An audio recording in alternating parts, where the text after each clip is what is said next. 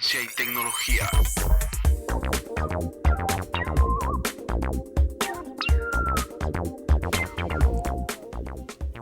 Buenos días a toda la audiencia, ¿cómo están? De seguro que ya sospechan de qué cosa es lo que hablaremos el día de hoy. Y es que vamos a presentar un video que nos anticipa un poco de qué se trata. ¿Cómo estás, Sarita? Buenos días. Buenos días, don Francisco, y así es. Yo creo que ya más de uno sabe que el día de hoy nuestro tema gira por este órgano maravilloso como viene a ser el cerebro. Pero también quisiéramos aprovechar, don Francisco, y bueno, invitar a la audiencia también a practicar juntos este ejercicio que podemos ver en pantalla. Por ejemplo, ahora en breve estaremos viendo 4 balones allí justamente. 4 balones en pantalla. De repente podemos elegir uno de ellos. Don Francisco, a ver, usted elija cualquiera de ellos y míralo detenidamente por unos segundos. A ver, no hemos trucado el video ni nada por el estilo, pero va a pasar algo que poco a poco dará la impresión de que los otros 3 balones están desapareciendo. Y eso en realidad responde a nuestro cerebro. Pensamos que vemos con los ojos, don Francisco, pero en realidad vemos con nuestro cerebro, y es que nuestros ojos mandan información a este órgano tan maravilloso y este se encarga de procesarla hasta que luego lo interpretamos como que estamos viendo determinada cosa. Sí, qué interesante, ¿cierto? Este pequeño ejercicio es de Brain Games, ¿no? De National Geographic. Así es, esa es una serie en la cual se están presentando diversos juegos como este, donde prueban, por ejemplo, que aún la máquina más potente del mundo, ¿no? También se puede hackear y es en realidad muy divertido, y ustedes también lo pueden encontrar a través de la página de National Geographic. Claro, de lo que se trata es que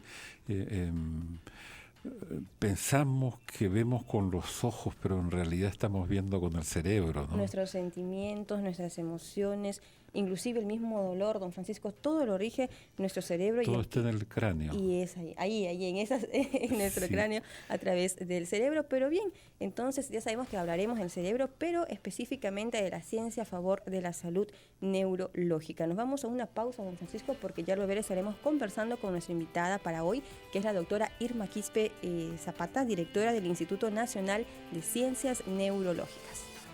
Ya volvemos con Ciencia y Tecnología.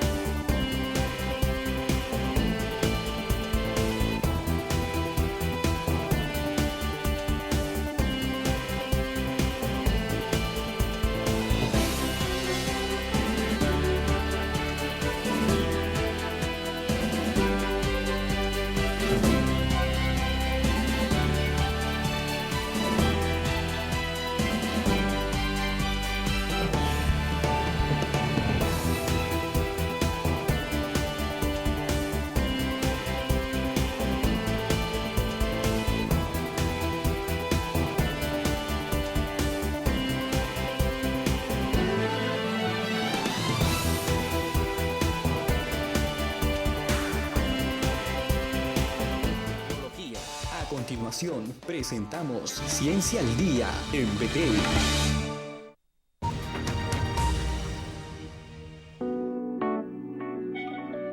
Este es el Gran Cerebro, una versión digital en 3D y de alta definición del cerebro humano. Su aspecto a primera vista puede ser como el de cualquier otro escáner, pero la información que contiene es 250.000 veces mayor que la de una imagen normal de hospital. El Gran Cerebro será accesible en Internet para los neurocientíficos de todo el mundo, que podrán usarlo en sus investigaciones. Podrán elegir un área en el que estén interesados y acercar la imagen para ver detalles a un nivel microscópico, que hace visibles hasta las células. Es como si fuera una especie de Google Earth. Los científicos reconstruyeron la imagen en 3D a partir de 7.400 cortes del cerebro de una mujer de 65 años. Cada capa tiene la mitad de grosor de un cabello humano. Después tiñeron cada corte para hacer resaltar los detalles anatómicos e hicieron escáneres de alta definición para digitalizar la información. El paso final fue recomponer en la computadora todas las capas escaneadas, un minucioso proceso que requirió en total 10 años de trabajo.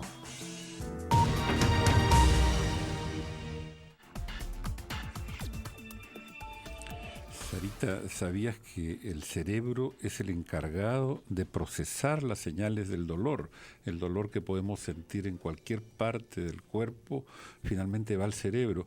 Pero el cerebro no siente dolor, Así es el no puede único generar. órgano que no siente dolor, o sea, siente el dolor de todo el cuerpo, pero no el no es suyo del propio. Así es, don Francisco. Y cuando estamos durmiendo, cuando la actividad del cuerpo se reduce pues a lo mínimo, es cuando más trabaja el cerebro.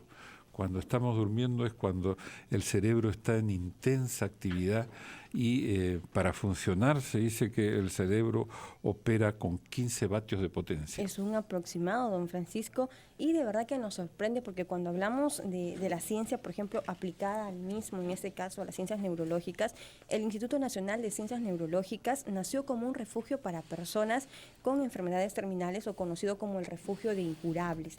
Luego fue conocido como el Hospital Mogrovejo, pero hoy, después ya también de 313 años, es el principal centro especializado en neurología, en neurocirugía. Y para conversar sobre esto, don Francisco, aprovechamos ya y damos la bienvenida a nuestra invitada, la doctora Irma Quispe Zapata, directora del Instituto Nacional de Ciencias Neurológicas. Doctora Quispe, muy buenos días y bienvenida al programa.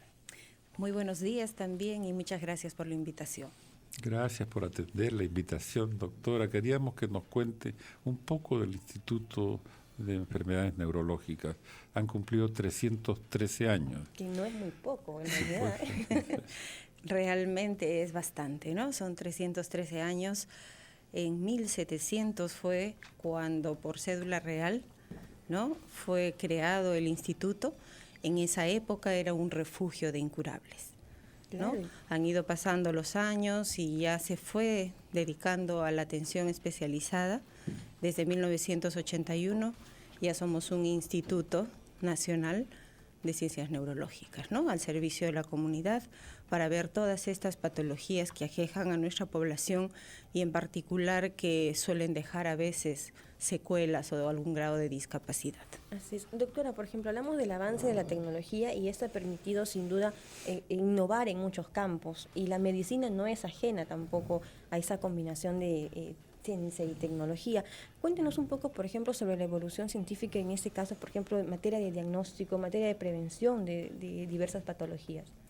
En verdad, sí tengo que decir sobre cuál es nuestra principal fortaleza. Sin lugar a dudas, es nuestros recursos humanos, ¿no? Tenemos profesionales altamente calificados, alrededor de 71 neurólogos y cada uno de ellos están orientados a una subespecialidad y lo mismo pasa con neurocirugía, ¿no? Son 11 especialistas y que tienen la subespecialidad también en la parte de microneurocirugía y cirugía de encéfalo y columna. Entonces, en el instituto tenemos la capacidad de resolver aquellos casos complejos, ya sea para diagnóstico o para tratamiento que de repente no están respondiendo al tratamiento que ya se le inició, evaluado de repente en alguna otra institución, ¿no? Entonces es un centro de referencia. Interesante. Nos contaba un poco de los orígenes hace 300 años, más de 300 años, y claro, han ido experimentando una serie de cambios, de avances, así como ha ido evolucionando también el todo, ¿no?, en todos los campos de la actividad.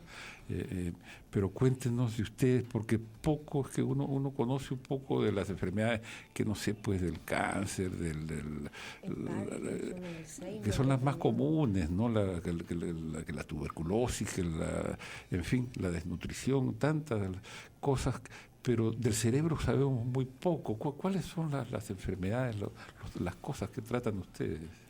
Efectivamente, a veces se le da de repente mayor difusión a aquellas enfermedades que tienen una alta prevalencia de repente en grupos vulnerables como son niños o madres gestantes, pero las enfermedades neurológicas también tienen un alto impacto en la salud. Por ejemplo, tenemos la epilepsia. La epilepsia es una enfermedad que es un problema de salud pública que aqueja a una población de aproximadamente 50.000 personas en el Perú, y la principal causa es infecciosa, ¿no? La cisticercosis, que viene a ser cuando afecta al cerebro, es la neurocisticercosis, y que es potencialmente prevenible, que es lo más importante, ¿no? A veces las personas la conocen como triquinosis, la triquina que se encuentra en la carne de cerdo, pero en realidad es el cisticerco, ¿no? Son unas vesículas.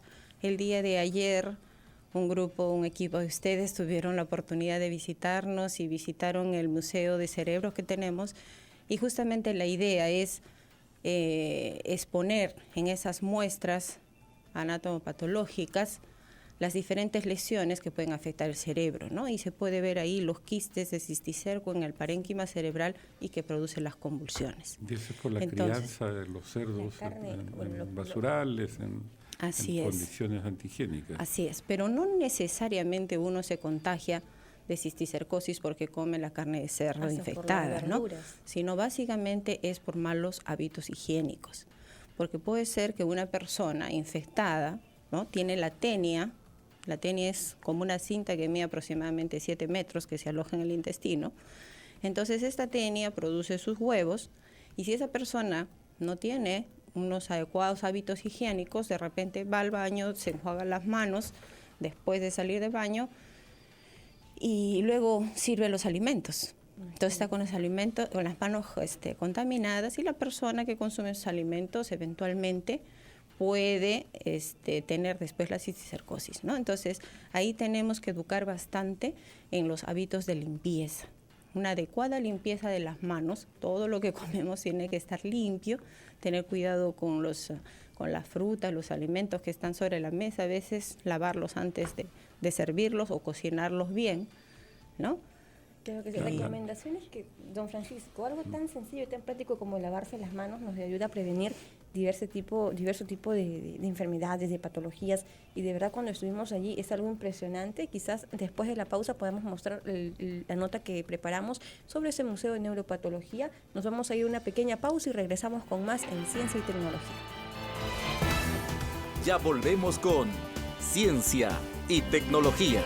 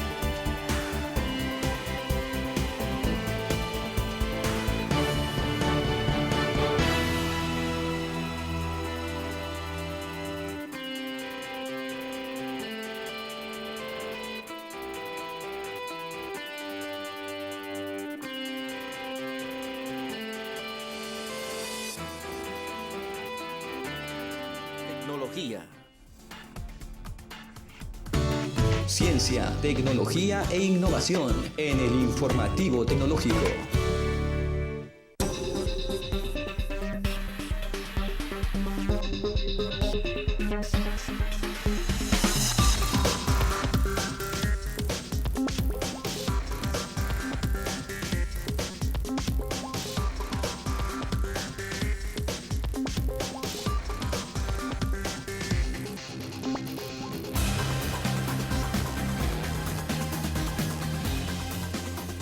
Buenos días, señores de Ciencia y Tecnología.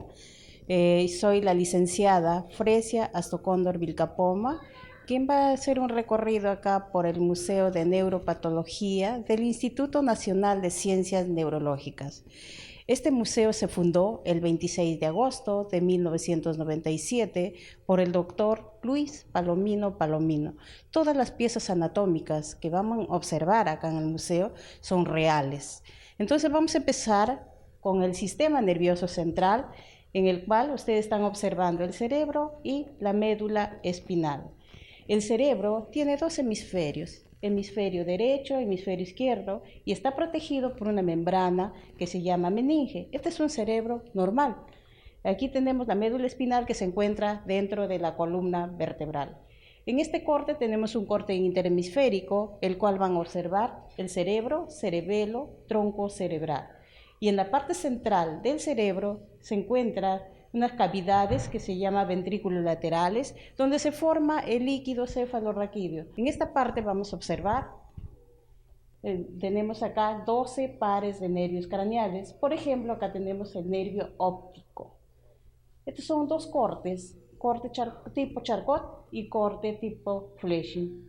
En este corte nos puede demostrar las estructuras internas del cerebro, como vemos, los ventrículos laterales, las astas anteriores, ventrículos laterales, astas posteriores, el tercer ventrículo. Acá tenemos el cuerpo calloso, y esto viene a ser la sustancia gris del cerebro, donde se va a observar acá el color oscuro, es la corteza cerebral.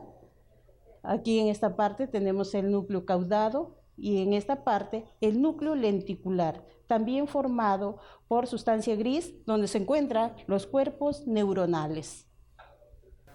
Las malformaciones congénitas y adquiridas del sistema nervioso central, como tenemos, por ejemplo, el más común, una hidrocefalia. Una hidrocefalia es acumulación de líquido cefalorraquídeo dentro del cerebro, dentro de los ventrículos laterales, están dilatados y llenos de líquido cefalorraquídeo. Algunos casos puede ser por procesos infecciosos como citomegalovirus, rubiola o toxoplasma. Tenemos otro caso, encefalocele, donde están observando el cerebro hacia afuera. En este caso tenemos un cíclope, cranioraquisquisis, anencefalia, ausencia del encéfalo. En este caso no tiene cerebro, cerebelo ni tronco cerebral. Estos son equipos antiguos. Antiguamente, para hacer un diagnóstico en el laboratorio, utilizábamos, este es un micrótomo antiguo, donde se utilizaban unas cuchillas grandes. Actualmente nuestras cuchillas son descartables y un micrótomo moderno, ¿no? Tenemos un microscopio de luz de 1933 y una balanza de precisión de 1945. Actualmente las balanzas son digitales.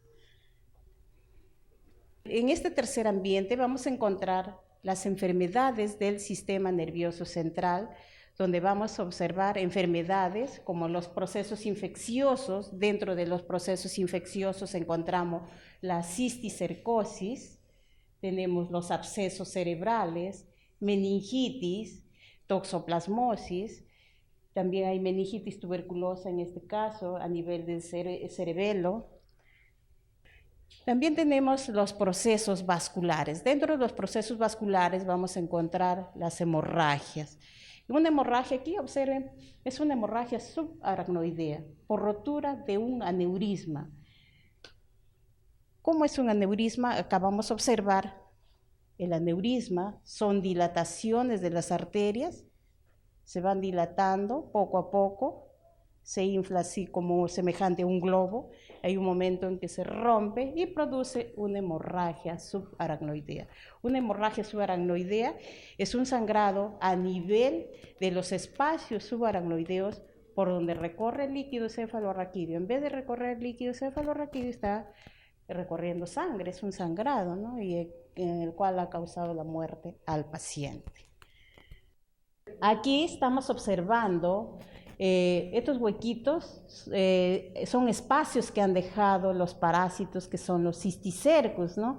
Los quistes de cisticercus dejan unos espacios en el cerebro, ¿no? Han destruido parte del cerebro.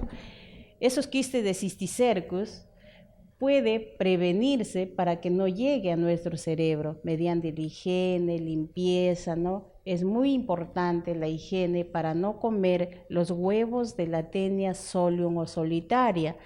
Entonces, al comer esos huevos de Taenia solium o solitaria por las manos sucias o verduras mal lavadas, esos parásitos pueden llegar a nuestro cerebro, a nuestro cerebelo. Acá tenemos en el cerebelo, también en la protuberancia. Por eso se recomienda a todo el público en general que deben tener una buena higiene, una buena limpieza, para así no tener cisticercus en nuestro cerebro. Invitamos al público en general a visitar nuestro Museo de Neuropatología, porque aquí vamos a encontrar piezas anatómicas reales, como la cisticercosis, y vamos a ver cómo prevenir, porque acá lo vamos a explicar paso a paso, porque tiene un ciclo vital para que llegue el parásito a nuestro cerebro, ¿no?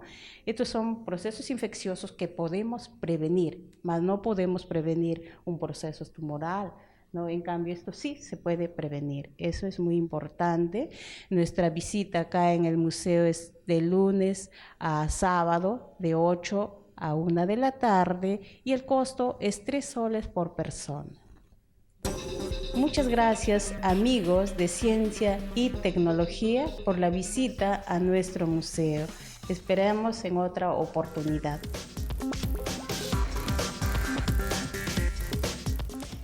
Bien, allí podríamos graficar un poco lo que fue la visita al Museo de Neuropatología, y en realidad, doctora Quispe, sabemos de que esto surge también en materia de prevención, como bien lo mencionó usted. Dentro de las diversas especialidades en las que ustedes vienen trabajando, encontramos una que nos llamó mucho la atención y es la neurogenética. Cuéntenos de repente en qué consiste, cómo se trabaja en esta especialidad. En este laboratorio, que es un laboratorio de investigación, se hace la extracción del ADN para hacer un estudio de los cromosomas y ver qué anormalidades se encuentran y poder definir el diagnóstico, ¿no? Esto se ve generalmente en pacientes con enfermedades llamadas huérfanas o enfermedades raras, que si bien es cierto no son tan prevalentes, pero no por ello dejan de ser importantes, Claro, ¿no? que sí. Por ejemplo, tenemos las enfermedades de las distrofias, ¿no?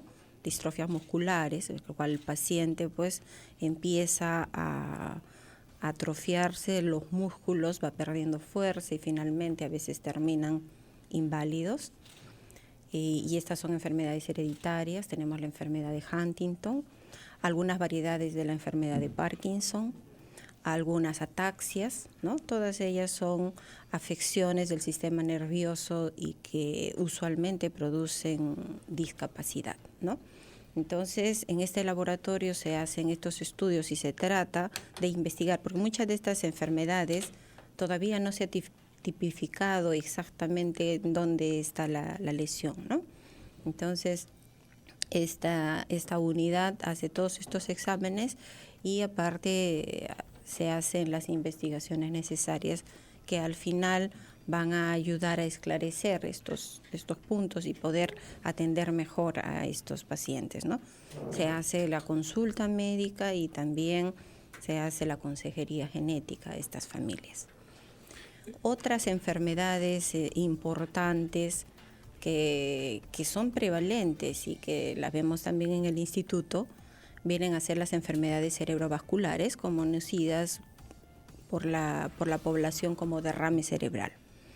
Esta es una enfermedad, sí, más prevalente. En algunos países es la segunda causa de muerte, en nuestro país está en la tercera causa de muerte y es la primera causa de discapacidad. Y también es una enfermedad potencialmente prevenible, porque los factores que están asociados a las enfermedades cerebrovasculares son todos aquellos factores de riesgo cardiovascular, como es la hipertensión arterial, la diabetes mellitus, la hipercolesterolemia, ¿no? El sobrepeso, el tabaquismo, el alcoholismo, en fin, hay varios factores que son los que hacen a la larga, ¿no?, que las arterias cerebrales vayan estrechándose y en algún momento se cierra, se tapona y se produce el infarto, o eventualmente puede romperse la arteria y producir una hemorragia, como ustedes vieron también allí en los cerebros, ¿no? Cuando consumen drogas o alcohol, dicen Así que ya es. quemó muchas neuronas Así es. o quemó cerebro. ¿Y es posible eso? ¿Se observa se llega a observar en el cerebro? Es que verdaderamente se produce una arteriosclerosis y se van cerrando las arterias. Entonces, obviamente, un infarto produce una muerte de las neuronas. y estas neuronas ya Jamás no se se recuperan, ¿no? No se regeneran. Las perdemos. Entonces va quedando ahí esas lesiones, claro, que quedan como, digamos, unas cavidades que son ocupadas por líquido cefalorraquídeo, ¿no? Y eventualmente, dependiendo de la localización de la lesión, el paciente puede tener una parálisis, una hemiplegia, puede tener dificultad para comunicarse, puede tener problema visual, problemas del equilibrio, en fin, dependiendo de la localización, ¿no? Entonces, lo que pasa es que hay veces las personas, como no tienen mayor sintomatología, por ejemplo, de la hipertensión, toman su medicación solo cuando se sienten mal y posteriormente abandonan el tratamiento. Otra vez tienen un poquito de dolor de cabeza, toman la pastilla. Entonces, es una lesión que se va instalando en el transcurso de los años y que pasado el tiempo pues se manifiesta de esta forma, ¿no? Entonces, es muy importante que hagamos educación y en ese aspecto a ustedes les felicito y les agradezco por la invitación porque nos permite llegar a las personas y que verdaderamente sean conscientes de la importancia de seguir el tratamiento. O sea, la hipertensión necesita controles regulares, periódicos, y eso va a ser de por vida. No es de que yo tengo la hipertensión emotiva, la diabetes emotiva, tomo la pastilla y ya me olvidé. O sea, necesita sus controles, necesita hacer su dieta, ¿no? Y optar por estilos de vida saludable. Claro que ¿no? sí. Eso Creo es que muy es importante. el llamado para toda nuestra audiencia, porque de esa manera también protegemos todo nuestro sistema nervioso, especialmente este órgano maravilloso como viene a ser el cerebro. Don Francisco, el Instituto Nacional de Ciencias Neurológicas lo ubicamos en Girón Ancash, cuadra 1271, en Barrios Altos, Lima, Perú. Llegamos a la parte final. Doctora Quispe, muchas gracias por acompañarnos y bueno, les invitamos a sintonizar el programa la próxima semana con este tema sobre inventos y patentes. Nos vemos hasta la próxima.